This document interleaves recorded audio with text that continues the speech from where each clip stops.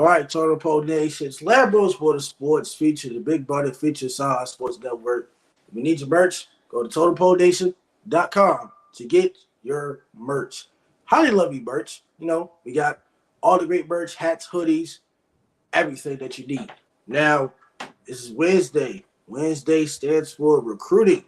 Well, not really, but this is recruiting Wednesday. Now, we're going into the Big Brother's second favorite team. Now, in last night's episode, he kind of mentioned, is UNC going to be fucked without Drake Maye if he decides to go in, which 99% chance he might, 1% chance he might not. That depends on the season. But as far as UNC goes, they are a great football program. Matt Brown has been part of the program for the last 4 to 5 seasons and whatnot. So there's a lot of excitement and things going on. Now, while I'm trying to actually load this, UNC is currently ranked number 27 in the nation in recruiting. They have 0 5-star recruits. They have 8 4-stars, and they have 18 3-stars. And as of right now, they have 26 commits. Go ahead and get the show on the road. Gotcha. Yeah, like you said, 8 4-stars, 18 3-stars. I'm going to get into their top 6 commits based on composite rankings just because it is more up to date and changes and there's more people involved in those ratings. So that's probably what I'll do for the rest of the recruiting trail series. But getting into this one, we've got Malcolm Ziegler. He's the number 1 recruit for commit from UNC.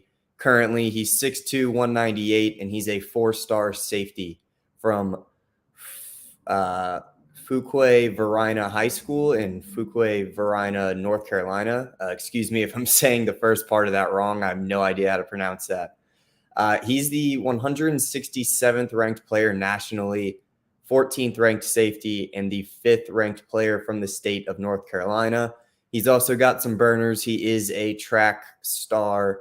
The issue here is that Georgia just offered him a scholarship on October 15th.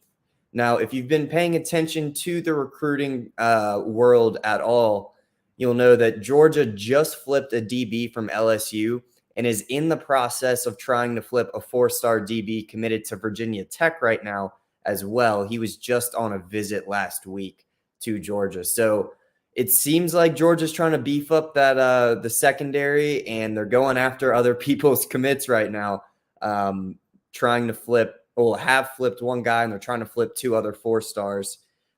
So, North Carolina, Mac Brown, they're going to have to do their best to not let, the best program in the country currently take one of their top recruit. Next up is a 6'1", 170-pound safety, also 4 stars, in Jaden Patterson. He's from Mill Creek High School in Houston, Georgia. He's the 329 ranked player nationally, 37th safety, and the 39th ranked player in the state of Georgia. And if you've watched any of these other videos, you know how deep Georgia is. He's like a mid 4-star guy. If he was in North Carolina, he'd probably be top 15. If he was in Virginia, he'd be roughly top 10, top 15 as well. It just so happens he's in Georgia, so that number is a little inflated. He's labeled as an athlete on 247, but he's ranked as a safety. So he might be playing some wide receiver in high school as well, but it's pretty, clear that he will be playing safety at the next level. He came in 4th in the state championship as a sophomore in the 400. In track. He's insanely fast. He ran a 47.99 in the 400, which is insanely fast. Next up is a 5'11", 215-pound running back, 4-star Davian Gauss from Chaminade Madonna Prep in Hollywood, Florida. 340th ranked nationally, the 29th ranked running back, and the 48th ranked player in in Florida. And like I said with Georgia, Florida is just such a deep state. That 48th number is a little misleading. He's much better than that presents. He rushed for 1,100 yards last year on near 8 yards per carry, and he had 19 touchdowns to go with that. So the dude is a very explosive running back. Next up, 6'2", 175, Alex Taylor. He's a 4-star wide receiver from Grimsley High School in Greensboro, North Carolina. 405th ranked player nationally, 60th wide receiver, and the 11th ranked player in North Carolina. He had 65 receptions last year for over 1,000 yards and 12 touchdowns. So definitely a nice piece to add in the wide receiver room. Next up, another 4-star wide receiver, 6'2", 195, Jordan Shipp. He's from Providence Day School in Charlotte, North Carolina. 431st ranked player nationally, the 66th wide receiver, and the 12th ranked player in North Carolina. Last year, 62 receptions for over 1,000 yards and 14 touchdowns. And rounding out their top 6 is a 6'6.5", 275-pound offensive tackle, 4-star Andrew Rosinski from Creekview High School in Canton, Georgia. 440th ranked player nationally, the 35th offensive tackle, and the 53rd ranked player in Georgia. He earned some all-state recognition in last football season, and he also competes in field events in track and field. He placed 7th in the state championship in shot put last year. So moving on from just their top 6, North Carolina is a super top-heavy state. They have a lot of talent within that top 15 range. And then after that, it is a pretty severe drop-off, similar to how Virginia is as well. But I think their top side is a little more higher rated, I would say, than Virginia. So that gives you some context as to what I mean by top-heavy. So their top commits from North Carolina so far, they have 9 total, and I just mentioned 3 in, Malcolm Ziegler, Alex Taylor, and Jordan Shipp. Next up on that list is Javarius Green. He is a 3-star wide receiver from Crest High School in Shelby, North Carolina. He's 511th ranked nationally, the 72nd wide receiver, 15th ranked player in North Carolina. And as you can see in this commitment poster, he will play baseball and football at UNC. Next up is a 6'3", 200-pound athlete in Curtis Simpson. He is a 3-star athlete from Kings Mountain High School in Kings Mountain, North Carolina. 700th ranked player nationally, 60th ranked athlete, and the 22nd ranked player in North Carolina. He plays interior D-line, but has the speed to play on the edge as well. As a junior, he had 74 tackles, 36 of which were for loss, 33 QB hits, 23 sacks in one season, 2 forced fumbles and an interception, and a pass breakup. And this is all verified by Max Preps. So it's not just, him or one of his family members posting something on Instagram. These are legit stats. He had 23 sacks as a junior in high school. Next up is a 6'5", 290-pound, 3-star interior O-lineman, Desmond Jackson from West Forsyth High School in Clemens, North Carolina. 844th ranked player nationally, 58th interior O-lineman, and the 26th ranked player in North Carolina. He's listed as a tackle, but ranked as an interior O-lineman. So that was weird when I was doing this research. And the film shows him playing more at the tackle position. So I don't understand why he's ranked as an interior O-lineman, but I'm assuming that just means he can fill in any gap on the O-line. Like I said, they need to hammer home the top recruits in their state. There's very top heavy as a state when it comes to talent, and they only have 4 of the top 15 recruits. The state is being dominated by out-of-state big programs, and if UNC wants to continue to be a competitive ranked program, they can't get out-recruited in, I'll say it again, a very top-heavy state like North Carolina. They just cannot be getting out-recruited by programs that aren't in their own state. They have a very young wide receiver room, and they're still bringing in 6 more wide receivers in this class. So they obviously don't have any deficiencies there. On the flip side, though, the O-line room is very old. 4 out of the 5 starters are gone next year, and 4 out of the 5 backups are seniors as well. So they're bringing in 5 O-linemen. 1 is a 4-star, and then there's 2 3-star tackles and 2 3-star interior O-linemen. They're going to have to work the transfer portal a little bit there. You can't just trust.